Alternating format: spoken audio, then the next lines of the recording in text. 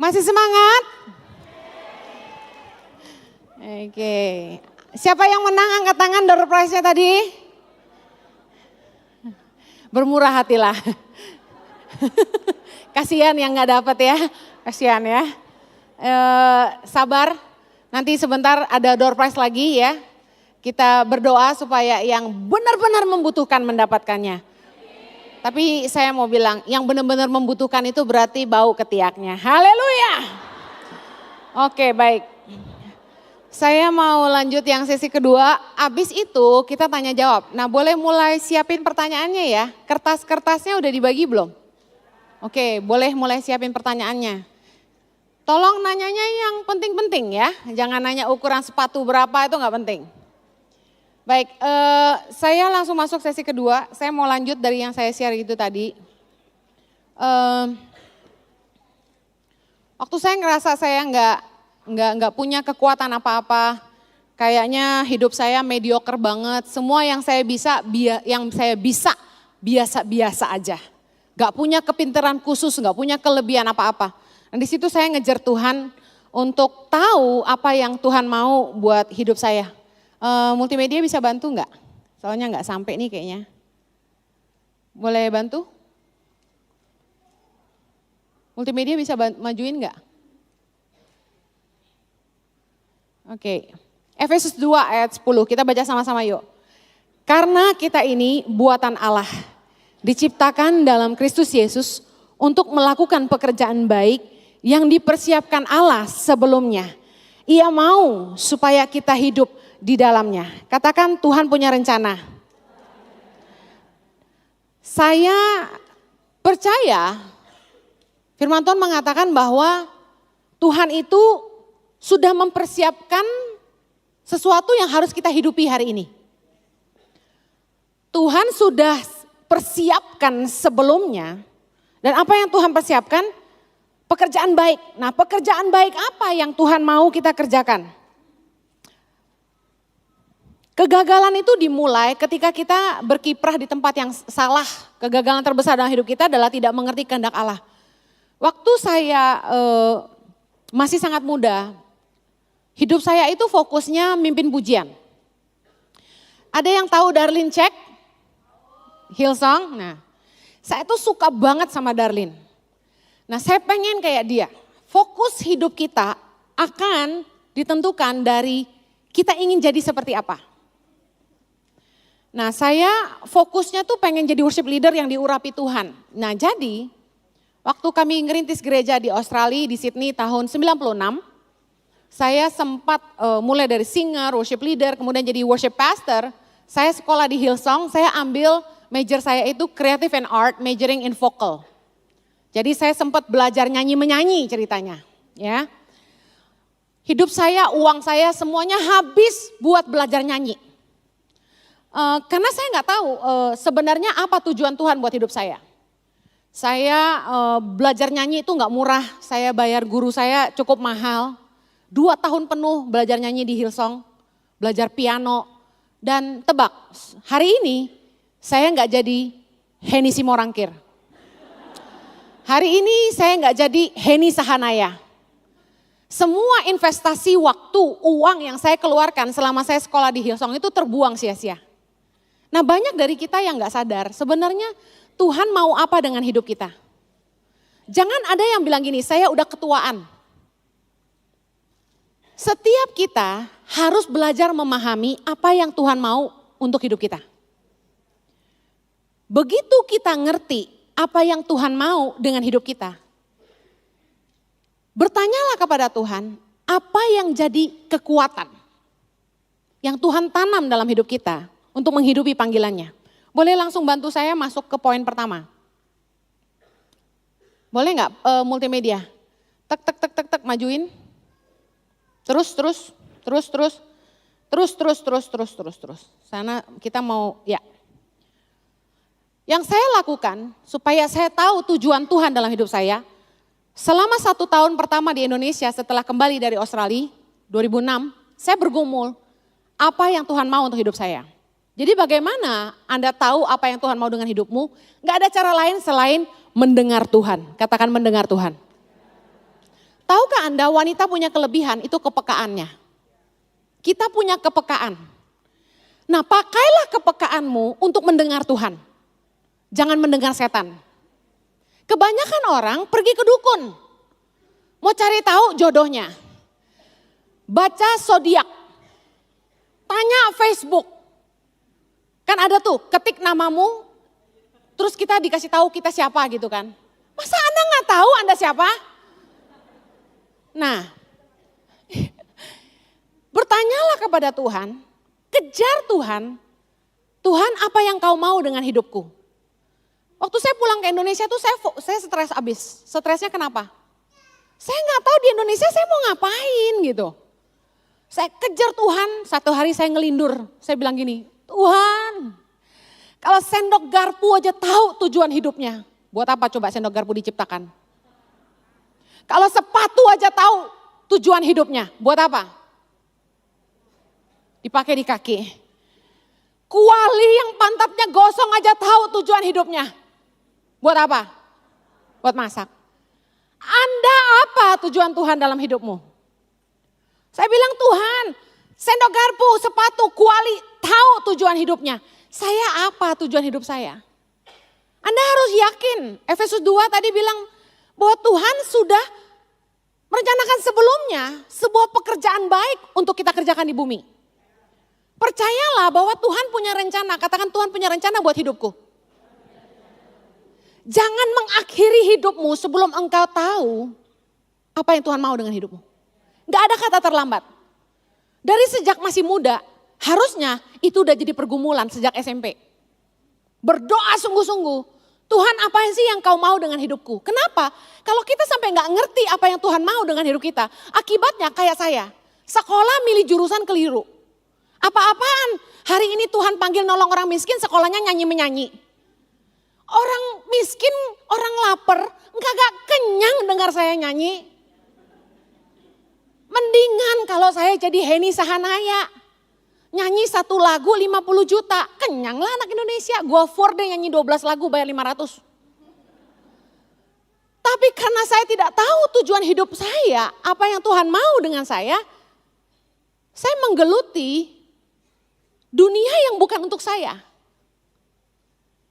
Kita gak diciptakan Tuhan jadi tukang masak. Tapi kita sok-sokan belajar masak lah, kursus inilah, kursus itu.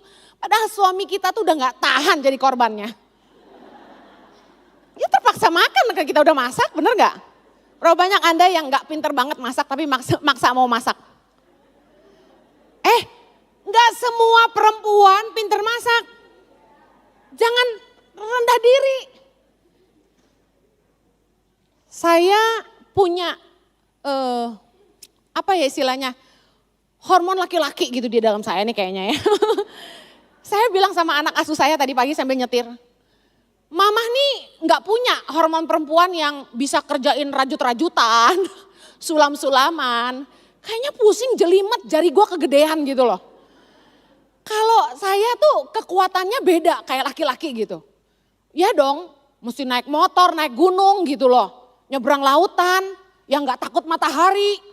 Gitu kan, harus keringet-keringetan, jalan kaki 2 jam, hiking, nyebrang sungai. Coba bayangin kalau saya tuh perempuan yang ribet banget, yang takut panas, takut flek, terus yang sukanya jahit-menjahit, ya, yang nyulam-menyulam, yang sensitif, yang kalem gitu. Kebayang nggak Henny Kristianus kalem banget? Geli ya. Nah, terus waktu mau nyebrang sungai gini, aduh, basah. Sepatunya gimana? Aduh, aku salah kostum nih. Gendongin dong gitu.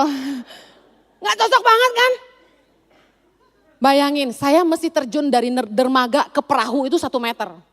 Lompat loh, boom.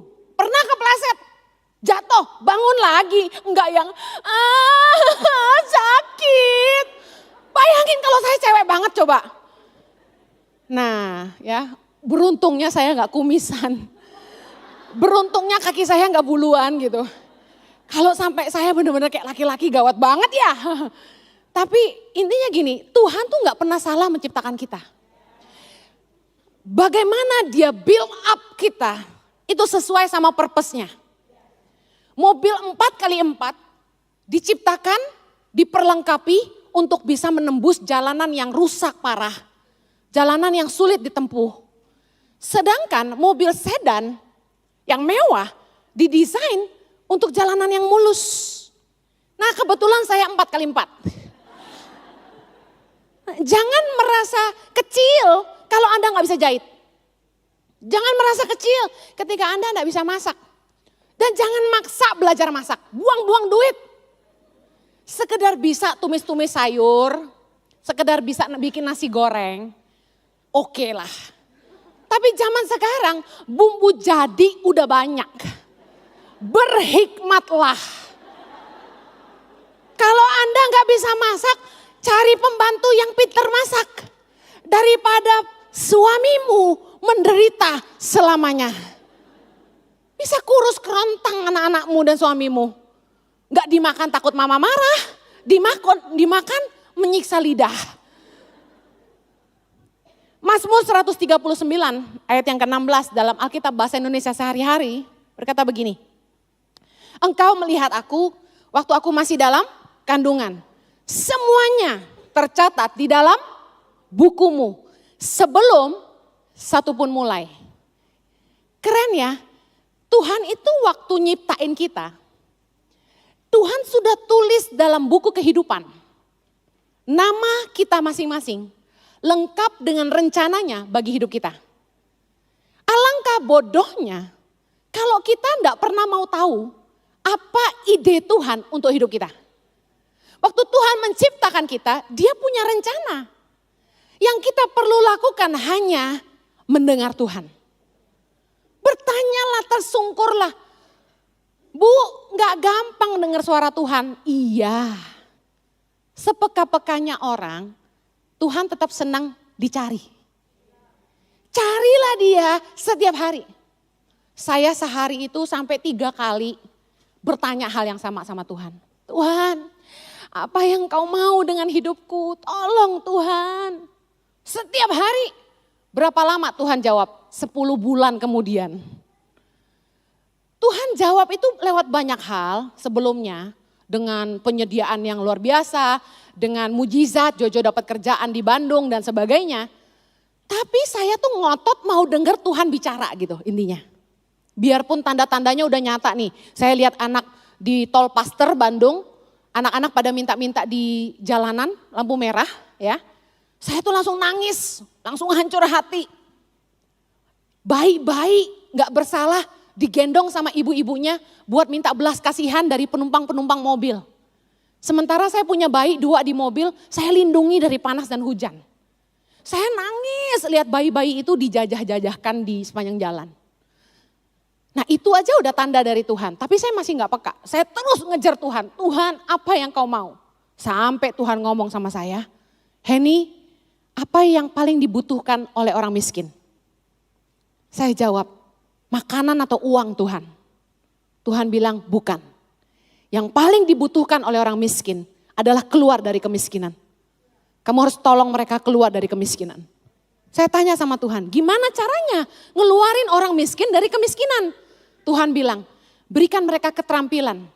Supaya dengan keterampilan itu mereka bisa mencari pekerjaan yang lebih baik. Punya penghasilan yang lebih baik. Dan bisa memberikan kehidupan yang lebih baik untuk keluarga mereka. Tuhan pesan, tolong mereka keluar dari kemiskinan.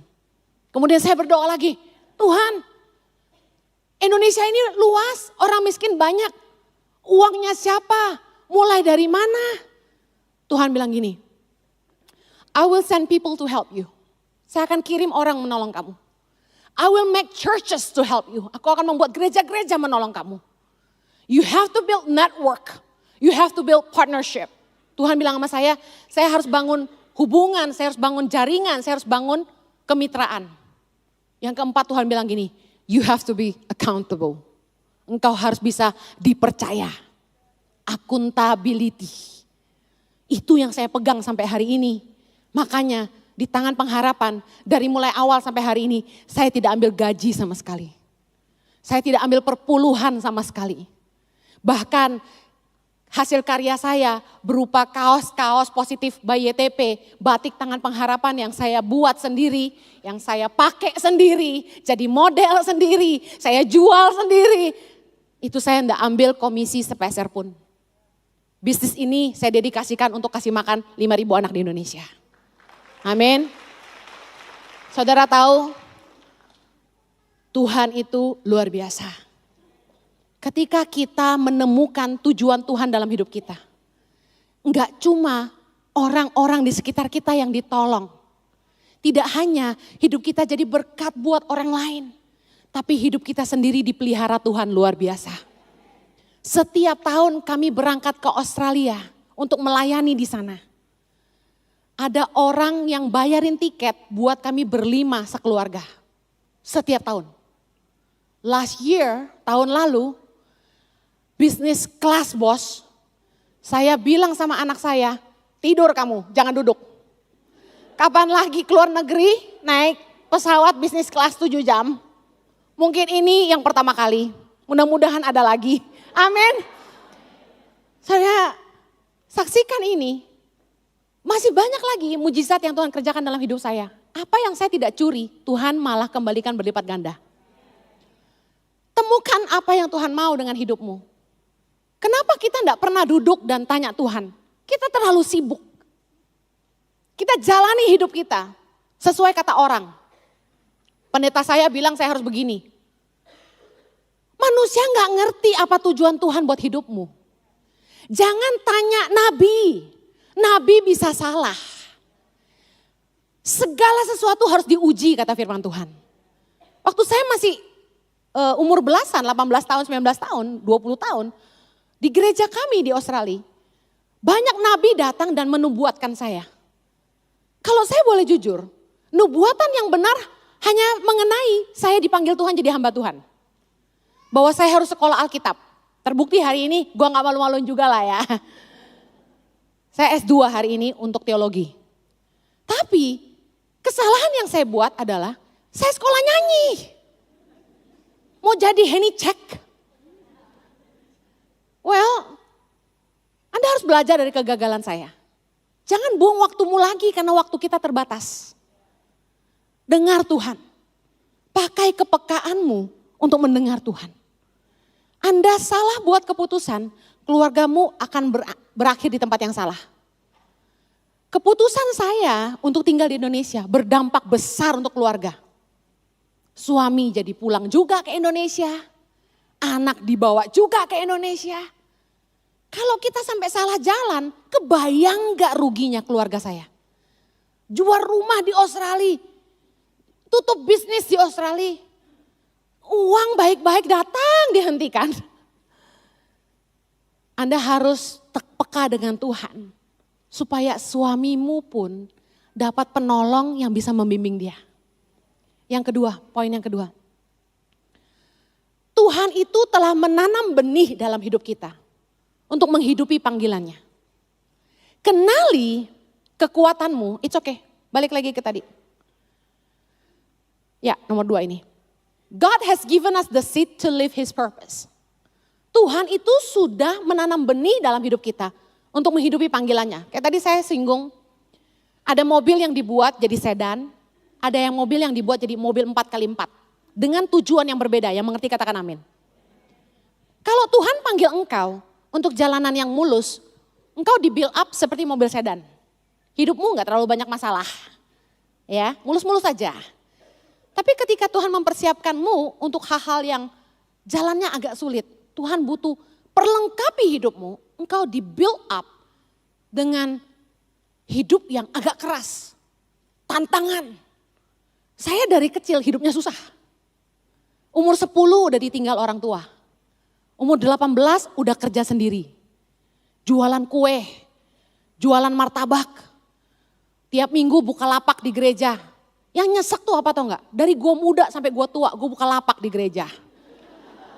Bedanya kalau dulu saya buka lapak itu buat kasih makan diri sendiri. Hari ini saya buka lapak untuk menghidupi 5.000 anak di Indonesia. Haleluya! Tapi saya berdoa Tuhan ada akhirnya ya. Jangan jualan terus, capek. Dengar saya, saudara, mengertilah bahwa engkau telah diperlengkapi dengan sebuah kekuatan. Potensi yang begitu besar di dalam hidupmu masing-masing. Untuk menghidupi apa yang Tuhan mau untuk dirimu. Tidak mungkin Tuhan melahirkan kita ke bumi ini tanpa memberikan kita kekuatan, kemampuan. Next slide. Bedakan talenta dan panggilan. Talent, boleh maju ke slide berikutnya. Talent makes you so good in doing something. But calling makes you so passionate in doing it. Talenta dan panggilan dua hal yang berbeda. Kalau bicara talenta, saya punya talenta tarik suara. Ternyata aku makin cinta. Lumayan lah ya. Punya talenta tarik suara. Tapi panggilan Tuhan tidak ada hubungannya sama tarik suara. Adanya tarik tenaga. Calling makes you passionate in doing it. Panggilan Tuhan membuat kita bersemangat. Ada gairah. Gak dibayar pun mau ngerjainnya. Gak diuntungin, tapi tetap semangat. Gak cari muka, pokoknya semangat. Kalau Anda ada semangat mengerjakannya, saya mau kasih tahu, itu dari Tuhan. Kita kuliah, teori itu cuma nyangkut di kepala. Tapi kekreativitasan, semangat, passion, itu datangnya dari Tuhan. Anda bisa kuliah guru, tapi kecakapan mengajar itu dari Tuhan. Boleh lihat Keluaran 36. Lihat slide berikutnya. Ya tadi, mundur ya. Keluaran 35 ayat 34 kita baca sama-sama. Dan Tuhan menanam dalam hatinya dan dalam hati Aholiab bin Ahisamak dari suku Dan kepandaian untuk mengajar. Lihat ini. Kepandaian yang datangnya dari bangku sekolah, teori-teori itu masuknya ke otak, di kepala, into our brain. Tapi kepandaian dari Tuhan ditanamnya di mana? Ditanam di hati. Makanya firman Tuhan dalam Amsal 4 ayat 23 berkata, jagalah hatimu dengan segala kewaspadaan, karena dari situlah terpancar kehidupan. Saya buktikan, kalau Anda bertengkar dengan suamimu, bertengkar dengan pacarmu, bisa mikir gak? Gak bisa mikir. Yang ada lapar terus. Kalau kesel malah makan. Gak tahu kenapa ya. Tapi gak bisa mikir, apa hubungannya sakit hati sama otak? Membuktikan, kekreativitasan, kecakapan, itu datangnya dari hati kita. Karena Tuhan yang menanam. Keluaran 36, ups mundur dong. Ayat 2, lalu Musa memanggil Bezaleel dan Aholiab dan setiap orang yang ahli, yang dalam hatinya ditanam Tuhan keahlian. Di masing-masing kita ada keahlian di dalam hati. Kekuatanmu itu ditanam Tuhan di hatimu. Temukan itu. Makanya penting punya waktu tenang. Setiap hari meditasilah. Merenung firman. Merenungkan kehidupan. Sendiri dengan Tuhan itu penting. Bu, kapan waktunya saat teduh? Gak harus pagi kalau emang gak bisa. Anytime but every day. Lagi nyetir mobil menuju ke tempat kerja. Nyembah Tuhan terus diam. Jangan cerewet, jangan bahasa roh terus. Diam dan bilang gini, Tuhan bicaralah, aku mendengar. Diam, tenang, ngerenungin firman, ngerenungin Tuhan apa yang kau mau. Tiap hari bikin ini jadi kebiasaan. Merenunglah dan bilang gini, Tuhan ajari aku. Apa yang kau mau dengan hidupku. Jangan berdoa minta duit terus. Jangan berdoanya minta disayang suami terus. Berdoalah agar engkau mengerti hati Tuhan. Karena gak ada yang bisa kita lakukan. Yang bisa menyenangkan hatinya selain mengerjakan kehendaknya dalam hidup kita. Anda punya pembantu. Yang mungkin kepintarannya adalah bikin kue tiaw goreng. Pinter banget kalau bikin kue tiaw, enak banget. Masalahnya gini, makan kue tiaw terus apa gak bosen? Dia juga mesti ngerti Anda suka lalapan. Jengkel gak punya pembantu yang gak mau ngerti kita sukanya apa? Anda nggak bisa makan pedas, tapi dia suka masak pedas. Dia nggak peduli Anda nggak bisa masak pedas, dia masak pedas terus. Rica-rica, balado, semua yang serba pedas. Enak sih, tapi Anda nggak suka. Sama Tuhan gitu kita sering gitu. Kita bilang gini, Tuhan aku mau jadi pemuji dan penyembah-Mu. Aku mau memimpin pujian di gereja. Emang itu yang Tuhan mau? Belum tentu. Tuhan, aku punya kepandaian memasak. Aku akan memasak buat jemaat-Mu. Apa itu yang Tuhan mau? You cannot serve God according to what you like.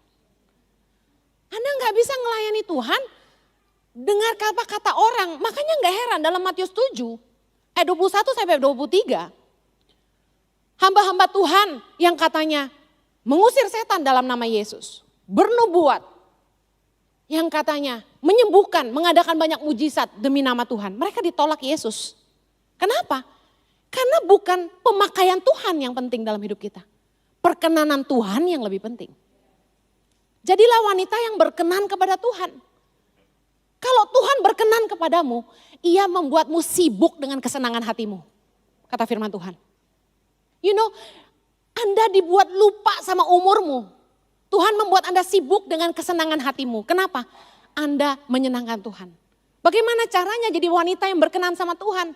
Satu hal, kejar yang Tuhan mau. Temukan kehendaknya dalam hidupmu.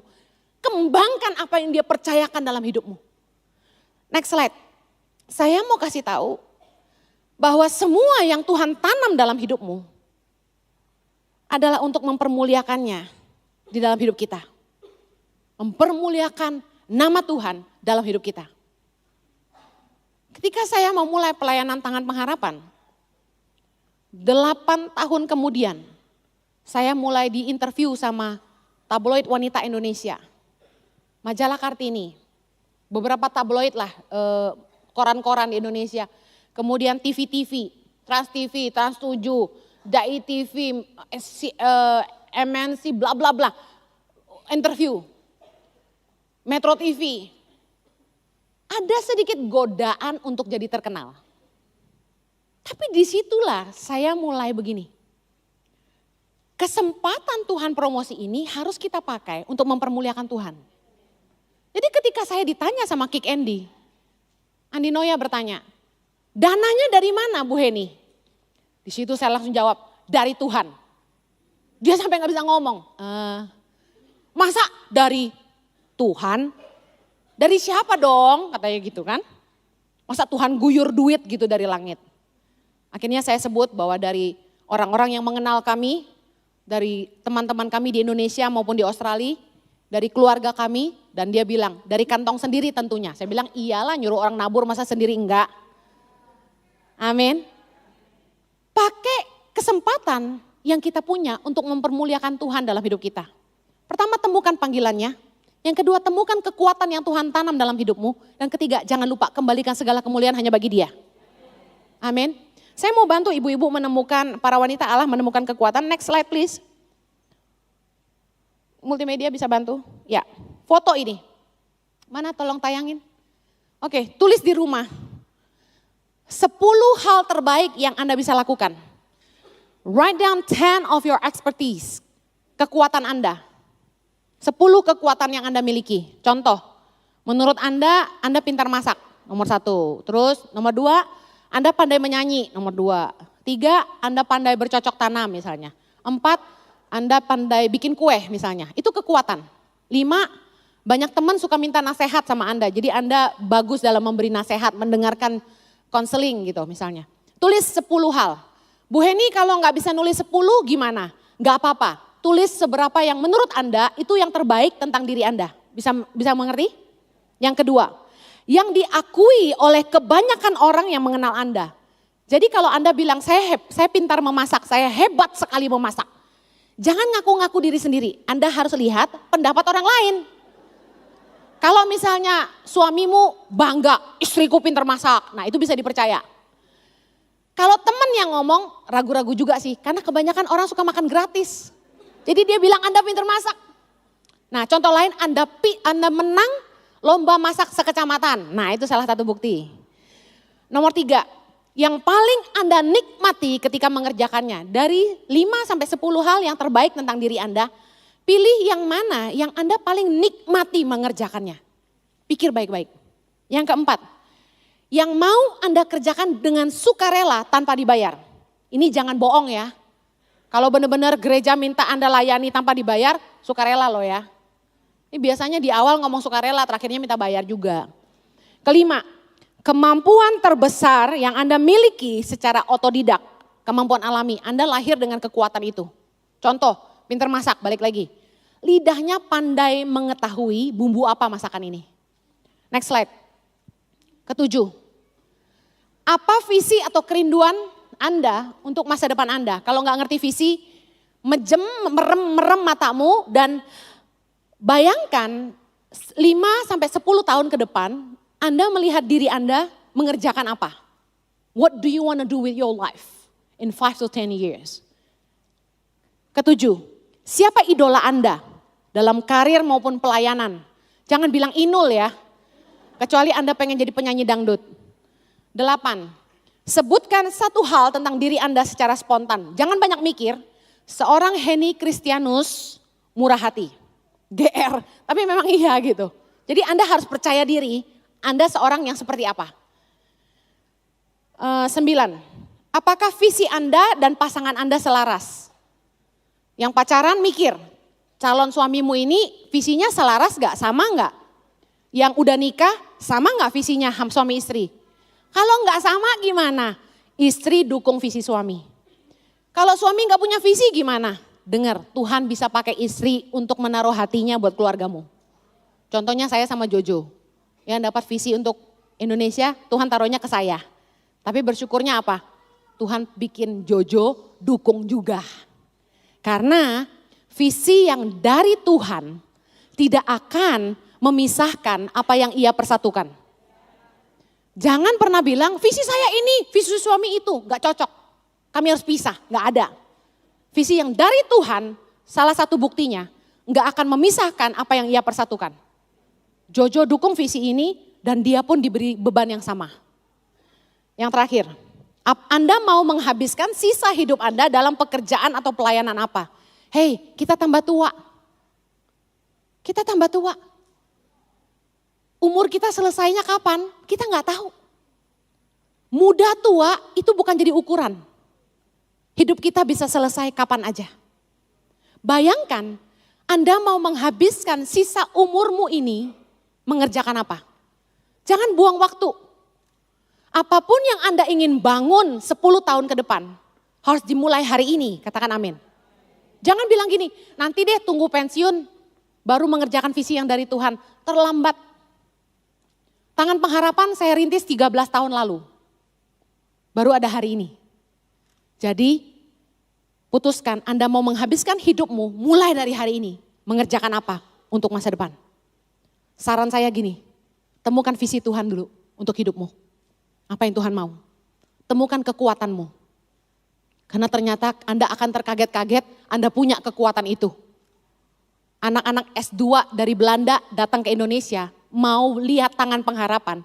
Mereka kaget, Tangan Pengharapan sudah mengerjakan apa yang S2 Belanda baru mau belajar. Dari Tuhan itu luar biasa. Hari ini saya ngajar di universitas-universitas mulai dari UI, ITB, kemarin baru dari IPB. Tuhan itu luar biasa. Masa S2 teologi ngajar di universitas negeri? Saya ke Makassar dibayarin sama XL untuk bicara di 200 pemimpin yang dibeasiswain sama mereka dari seluruh Indonesia. Anda akan kaget ketika Anda ternyata punya kekuatan yang secara manusia Anda nggak pelajari dari bangku sekolah. Yang terakhir, jangan buang waktumu. Fokuslah dengan apa yang Tuhan taruh di tanganmu. Jangan copy orang lain.